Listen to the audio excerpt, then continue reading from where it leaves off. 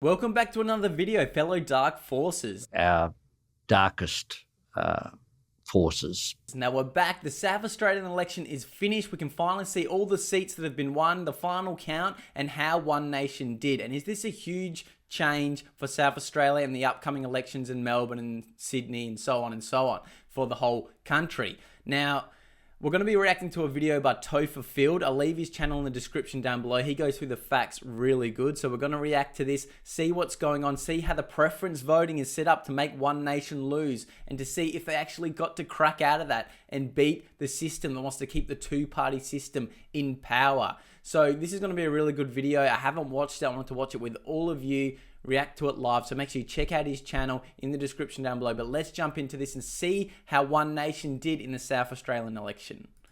Let's go together through the detailed results of the South Australian state election, because the final results are now in. All the seats have now been called, and the results are better for One Nation than anyone could have possibly imagined. Nice. The headline is this: One Nation in the 2026 South Australian state election won the same number of seats, the same number of MPs as what the Liberal Party won in the... And you got to remember, this is without preference voting, not massive budgets on campaigns, a quick setup, rushing into it as we're getting momentum.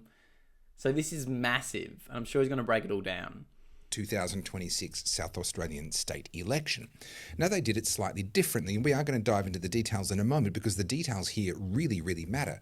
But what the details actually show is that One Nation could have won more seats if it weren't for some dirty tricks played by the Liberal Party. And there are some lessons that need to be learned in here in preparation for the Victorian state election in November, and certainly in the lead up to the next federal election, because you better believe that there will be party wonks in the Labor Party, the Greens, and certainly in the Liberal Party, not to mention, of course, One Nation, who are going to be going through all of these details with a fine-toothed comb as they make their strategies for the next election. So this is going to be a really good video, because this is going to really show us, especially I'm in Melbourne, I'm getting ready for the next election. So this is going to be good to see what the tricks are of these preference voting, to see how we can stop, these two-party systems that is made to not let someone else in. It's made to not let another party in. They want to keep the two parties in charge. And we know the Liberal Party's gone so left now, they may as well be with the Greens and the Labor if they're not already. I mean, they pretty much are, let's be honest. I mean, they voted against freedom of speech. You're not right-wing then, are you? I mean, even if that is a right and left-wing issue, freedom of speech should always be there, but, So, let's get into it. The headline is this: all of the seats have been called, and let's go to the Legislative Council results. This is the upper house in South Australia. You can see this list here on the left-hand side of this screen. We have 5 seats for the ALP. That's to be expected. They won an overwhelming majority of the votes, and they won government easily. Not a majority of the votes, excuse me. An overwhelming majority of the seats, and they won government easily. But look at One Nation. Three positions in the... That is freaking massive with no prep time as well. Like, just getting into it, getting it out there. It's freaking huge. People are sick of it. People are sick of this country. You're not being able to afford groceries. You're not being able to get a house. The Labor government not addressing the real issues. People are absolutely sick of it. Even when they're importing so many people, flooding it, giving all these benefits to scammers, they still are on the ropes now. This is massive. The upper house in South Australia, with just 2 for the Liberal Party. So, One Nation are ahead of the Liberal How the frick did Greens get one? Party by 1 in the upper house. Now, as I've highlighted here, you can see that the first preferences, or the first preference votes for One Nation were 236,980, or just under, a bit under 25% of. And look how close that is. It's only just over 100,000 less than the Labor Party. That is massive for a new party coming through. The statewide vote. This is first preference votes. What that amounts to in practice is 2.92 quotas. Now, I'm not going to explain how preferential voting and how the upper house voting works in Australia. I've done that in other videos. I'm not going to rehash this here. But what's important to note is that One Nation won all 3 of those seats on first preferences, essentially. That is massive. That is freaking huge. That means most people that voted for One Nation put them preference first, number one. And that's obvious because they don't have all the other little parties working for them. If you don't know what I'm talking about, the system's corrupt. It's so corrupt that say you vote for a little party you like or a local person. It's not even to do with the major parties. That vote won't win, obviously, but that preference could be Labor. So say you voted for like, I don't know, some other party, some little party, you like that, what they're saying, you vote for them. If you don't know what their preferences are, that vote actually goes to the Labor Party or the Liberal Party. So it doesn't actually go to them. They just might get some stuff off whoever they preference, make a little deal behind closed doors. That's why I don't like preference voting. So One Nation, without having really any preference voting, because no other party wants to work with them because they're scared to lose the two-party system, just people putting them as number one, they've gotten second. They've become the opposition. That just shows you real Australians out there are voting for One Nation and without the preference scam.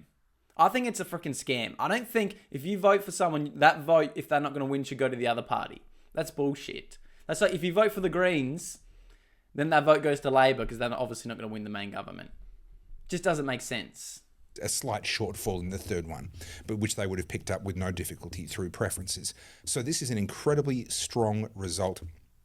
They won 3 seats in their own right, and the Liberal Party managed to win just 2 seats in their own right in the upper house. So that's the easy one. Get that one out of the way nice and early. So let's come to the House of Assembly. This is the lower house in South Australia.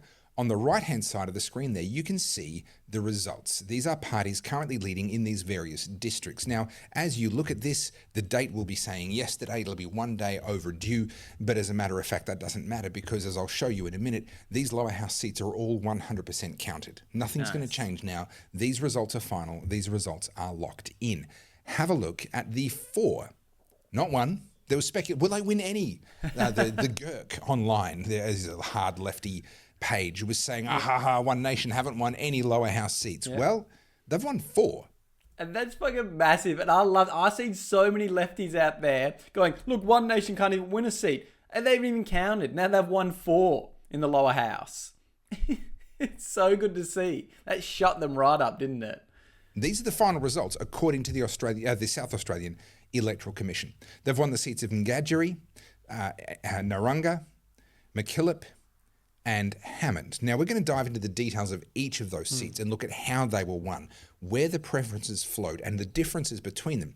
We're also going to dive into 2 of these independent seats, specifically Mount Gambier and Cavill. We're going to look at why didn't One Nation win those, especially Mount Gambier, where they had a commanding lead on first preferences. Is there some sort of skullduggery going on here? Is this the preferential system stealing from One Nation? Or is there perhaps another explanation? It's worth having a look at the Liberal Party seats as well, but we won't actually do that. They did win 5, which is down, by the way, from the 16 that they had. They had 16 seats in the lower house of South Australia at the 2022 election. And now they've been reduced, that's the wrong screen. They've been reduced down to just 5. Now think about 16 to 5. And people really tell me the Liberal Party's not finished. what that means. What that means is that there were 11 MPs who had taxpayer-funded offices and staff and could show up to events and could do all sorts of different things on the taxpayer's dime. Now, they're not allowed to campaign on the taxpayer's dime, but they've got profile. They're out in the community. They're being seen, which is a large part of what campaigning is all about. 11 out of the 16 that they used to have been thrown out on their ear. And you know why? It's because of the uni party. The Liberal and the Labor Party have pretty much meshed together with the Greens. Like, all their talking points, everything they're doing, everything they're showing isn't doing anything. Like, Albo's out there trying to say, oh, the Liberal Party's losing because they're going too right-wing. What are they doing that's right-wing? Voting against speech laws. Not calling out the real problems. You know, it's just crazy. And One Nation is out there actually addressing that why are we importing 500,000 people when we can't even house people? Why, and inflation through the roof? Why aren't we using our own resources? Why aren't we making our own fuel and power? You know, there's just so many things they're calling out. One, you're addressing radical Islam because you're too scared to say it, even after you get chased out of a mosque, Albo. Like, there's just so much going on that the Liberal Party are too scared to say because they're playing the middle fence, but you're not going to get any votes that way because the woke people are going to vote for the Greens and the Labor. The common sense Australians, the working class, are going to vote for One Nation. Some still vote for the Liberal Party, but they're dwindling. And as they see One Nation rise and more support and them getting out there more, it's only going to snowball and One Nation's going to get more and more support. And the Liberal Party is just completely finished. They're going to have to make a deal. By South Australian voters. Now, in some cases, it's been independents who have been brought in, and some of these independents are Liberal Party aligned independents. It's not quite as simple as the blue team, the grey team, the orange team, and the red team. Some of these independents are Liberal Party aligned, and that's actually why they've done as well as they have in these particular seats. We'll get to that a little bit later on. But fundamentally, the Liberal Party went from 16 seats down to 5, losing 11 along the way, despite them having the advantage of being the incumbents. It's insane. So, before we dive into That's the biggest fall off. the details and start looking at each individual seat, and we're going to start with the seat of Ngadjeri, by the way, which I think you're going to find is a very, very interesting one because of what's happened with the preferences here. Before we get to that, my name's Topher Field. This is the Topher Project. This isn't quite what I normally do. I normally research a project and write a script and I deliver it down the barrel of the camera. This is a bit more of a casual chat, but fundamentally, this is what I do in the sense that I help busy people like yourself to cut through the crap, make sense of the nonsense, and keep up with the world as it changes around you. And certainly Australia is changing. One Nation is changing Australia. We're watching this in real time. It's quite amazing to be. And it's really happening all around the world. All these parties are coming through, like in England, everywhere. Because the locals, the people that built the country, the people that immigrated and assimilated that built the country, are getting treated as second-class citizens in their own country. And the government keeps not addressing the real issues. And we've seen it go in all of the states, in all of the other countries. So massive changes happening. So thank you all for being here and supporting the channel to get these type of voices out there. In history as we watch it unfold. Is this the death of the Liberal Party? Well, it's too early to say. It certainly is the Depends on Melbourne. Melbourne will say. rise of One Nation. Will they form government? Will we have a One Nation Prime Minister? Well, again, too early to say. This is the nature of living inside history. We just get to watch it unfold without knowing where it may end up. But if you appreciate what I'm doing here with the Topher Project, then there's a couple of ways that you can help me to keep going, because I am 100% viewer supported. I don't get any money from any political parties, no lobby groups, no secret funding from anyone or anywhere. I don't even have advertisers or sponsors. I'm free to say what I... I'm the same. It's funny. I get people come in the chat and go, you're sponsored by this person. You're sponsored by... I'm just a normal Aussie speaking up. What do you mean? I get my support from my viewers that also want to spread the Australian message. That's it. believe, and I always believe what I say. Doesn't mean I'm always right, but it means that I do always believe that it's right. Exactly.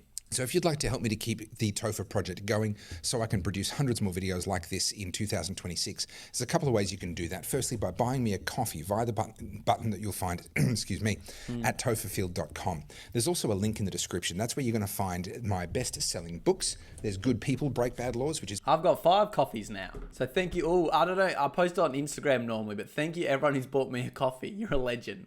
It's all about civil disobedience. It's all about government, power, human rights, and the role that civil disobedience plays in the modern age at keeping government power in check. I've also got a second book, Good Christians Break Bad Laws. That's all about the theology of civil disobedience. I also have the DVD of my multi-award-winning documentary, Battleground Melbourne. You can watch that for free on my website. Go to topherfield.com and go to the documentary tab. You can watch the whole thing completely for free.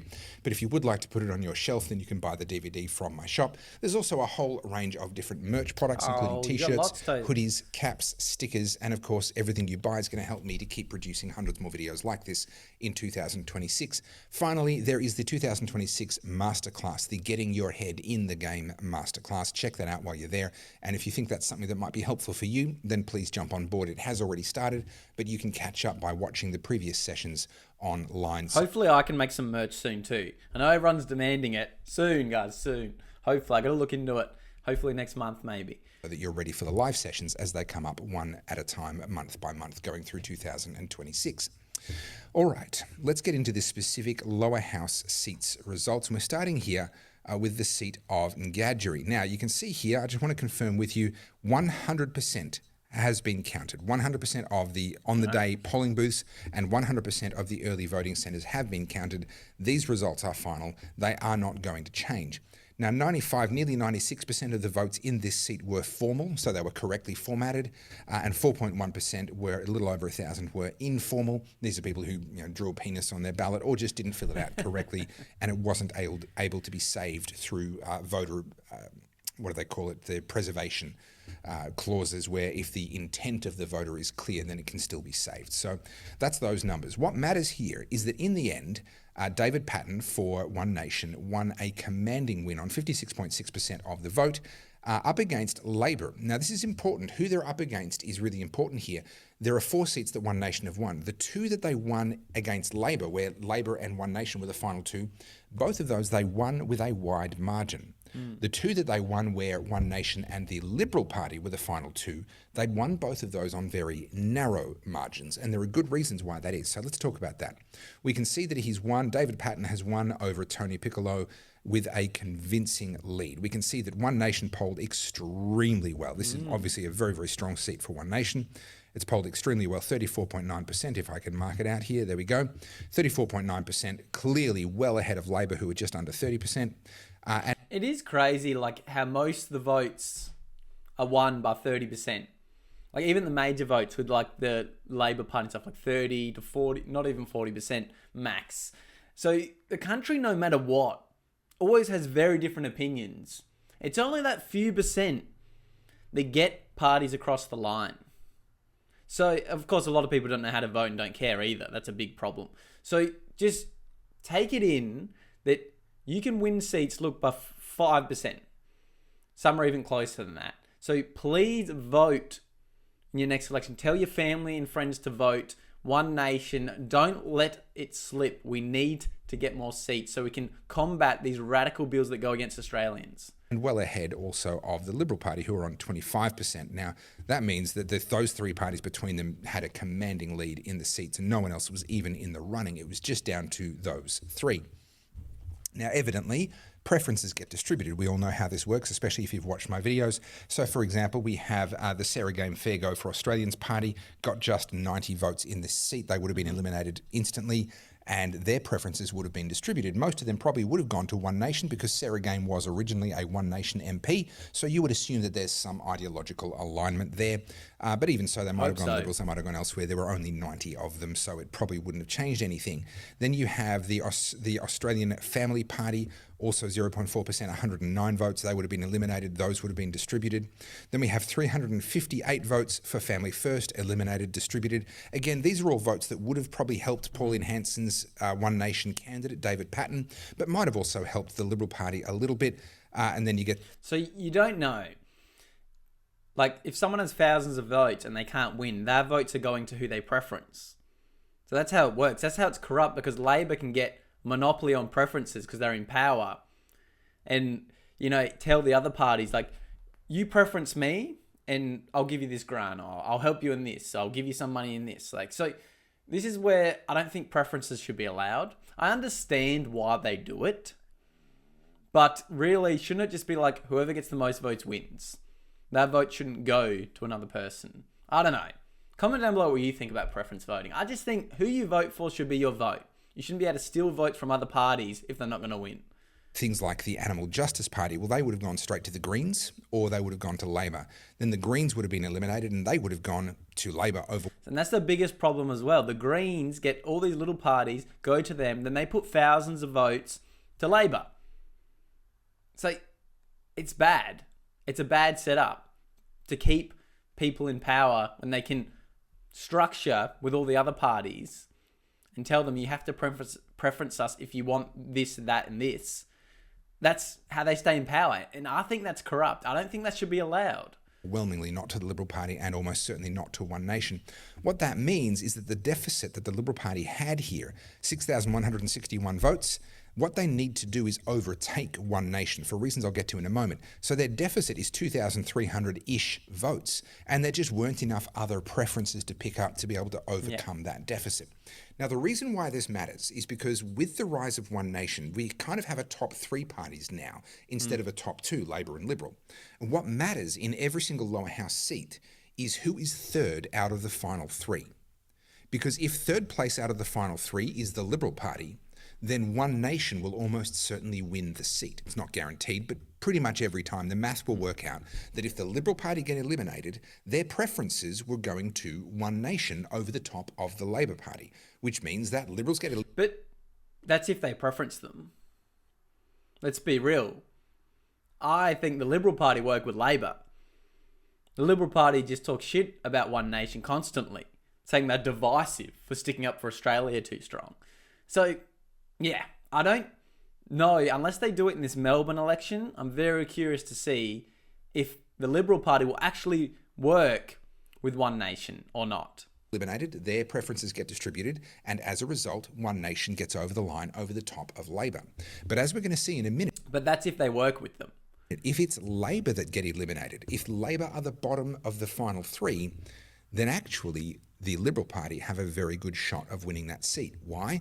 Well, because Labor put the Liberal Party above One Nation in their preferences. Now, this... And of course they do. Because they would rather the Liberal Party where they can still manipulate things with them other than One Nation that's actually going to stick up strong in their values. Some more detail to that we'll get to. So we nearly see how hard it is to win a seat.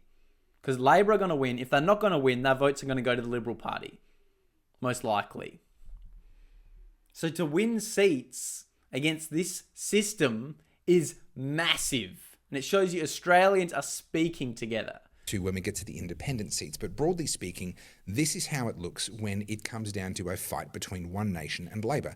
The Liberal Party get eliminated, their preferences go to One Nation win convincingly. That is exactly what happened here in the seat of Ngadjuri. Now, the second seat that has been awarded here by the South Australian Electoral Commission is Narungga. So we'll just jump across to Narungga here, and bear with me as I do that. Okay, so we have a really tight race here. Now notice how this one is between the Liberal Party and One Nation, and it is extremely close. In fact, the difference in votes, 12,078 versus 12,001. There's literally 77 votes difference in the final two-party See how close it is? And look how many votes the Liberal Party got compared to One Nation. And it was still that close because of preference voting. You know, One Nation out here has 9,000 votes. The Liberal Party have about 5.5. And then it was only a few votes off because of the preference system. Third result between One Nation and the Liberal Party. Now, this is going to happen because the Labor Party, who had 15.6% of the primary vote, they preferenced the Liberal Party, which helps the Liberal Party, who only had, it's still a good showing, 22.5% of the primary vote. That helps them to catch up a lot. And also, ironically, things like the... So that's why Labor do not want One Nation Rising, and they'd rather keep the Liberal Party in, to work with them, to pass their bullshit. Greens and the Legalised Cannabis Party and so forth, well, they would again have put the Liberal Party ahead of One Nation in their how to votes, all the way down the bottom, presumably. So nearly every major party is going against One Nation, and they still won. But One Nation was probably at the very bottom, with the Liberal Party one step up. And this is what these woke idiots don't want you to see, because they don't want you realising that One Nation has that much support that they're taking on all the other parties at once in a lot of these seats and winning. It's freaking massive. The latter for a lot of them. And so what that means is that the Liberal Party ends up collecting preferences from almost everyone. They get their preferences from Labor, from the Greens, from Legalised Cannabis, from every single left-wing party, because there are no left-wing candidates left. So they all get pushed into the final two candidates, which in this case were One Nation and Liberal Party. And the Liberal Party benefits the most under that circumstance. Now, in this particular case, Chantel Thomas did so well, 37.5% primary vote. That's a phenomenal result. Massive. Did so well, and then did manage to pick up enough preferences. So this would have been things like the Family First Party. I don't know who United Voice is, but they picked up enough other. Here we got Fraser Ellis in here as well. picked up enough preferences from somewhere to be able to put together a very, very slim majority. But this is really One Nation's worst case scenario. One Nation perform better if they end up in a two-party preferred runoff against the Labor Party rather than against the Liberal Party. So that's the seat of Narungga, the second of the four that we're going to look at. That's into the Liberal Party work with Labor to shut us down. That could happen. That's what we're going to be careful of. But that's the gist of it. I'll leave his video in the description down below. Make sure you check out Topher Field. But this really just shows you a bit into the voting side, how it works, what's going on, why it's so important to learn how to vote and don't just put anything, and tell people not just to put random parties on, because their votes could go to the Labor Party, the Liberal Party, whatever. Now, Topher seems to be indicating that the Liberal votes are going to One Nation. I don't know if that's actually true. I don't know, has anyone actually seen that? Because I hadn't seen that the Liberal Party out in any interviews when they're getting questioned have said outright, yes, we're preferencing One Nation over the Labor Party. I have not seen that anywhere. Maybe he's just making an assumption because they're right-wing. But regardless, One Nation going out there in a lot of these seats, taking on every single party and still winning, shows Australians are waking up. We're sick of it. We're suffering. We're tired of getting talked down to by Albo saying we need to be quiet. We're speaking up. We're getting our message back out there, and we are making a movement here. We're making history. This is history, taking out a two-party system that's set up with preference voting to not let anyone in. And this just shows you how One Nation are doing it with the help of all of our communities. And we are absolutely smashing it. So thank you all for being here. Make sure you like, subscribe, comment on the video. Join to be a member if you want to help supporting my channel. It means a lot to me. And you can buy me a coffee if you want. That's in the description as well. But thank you all for being here. I'll see you in the next video. Let's keep pumping out the content and speaking up for Australia and get our values back in charge.